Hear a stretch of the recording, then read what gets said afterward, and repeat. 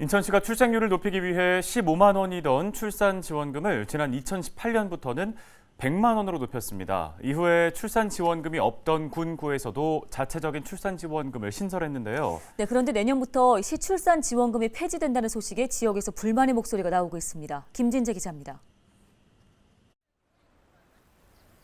정부가 내년 출산 지원 정책 확대 방침을 발표하자 인천시가 자체 출산 지원금을 폐지하기로 결정했습니다.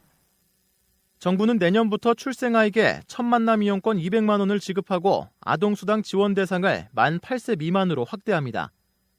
개월수에 따라 차등 지급하던 양육수당에 대해서는 영아수당을 신설해 만 2세 미만 아동에게 지급하는 지원금을 확대했습니다.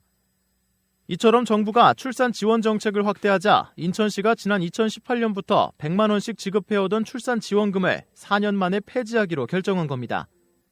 이 같은 결정에 인천시 홈페이지와 지역 맘카페에는 출산 지원금 폐지에 반대한다는 게시글이 연이어 올라왔습니다.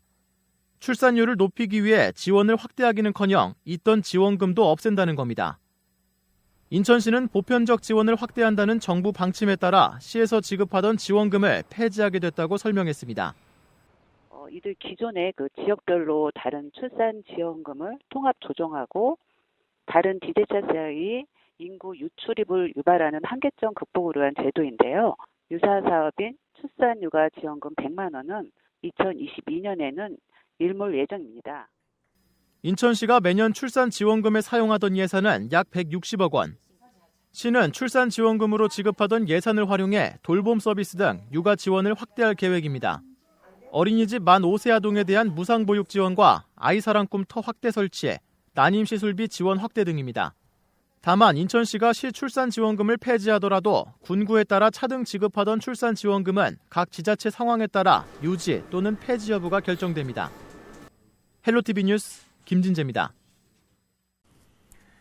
네, 인천시가 내년부터 출산 지원금을 폐지하더라도 군구별 출산 지원금은 상이하다는 내용을 확인했습니다.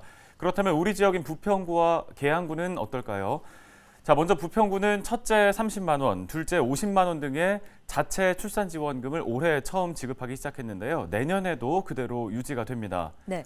자, 이어서 계양구는 셋째 이상 출생아에게는 300만 원을 지원하는 건 동일한데요.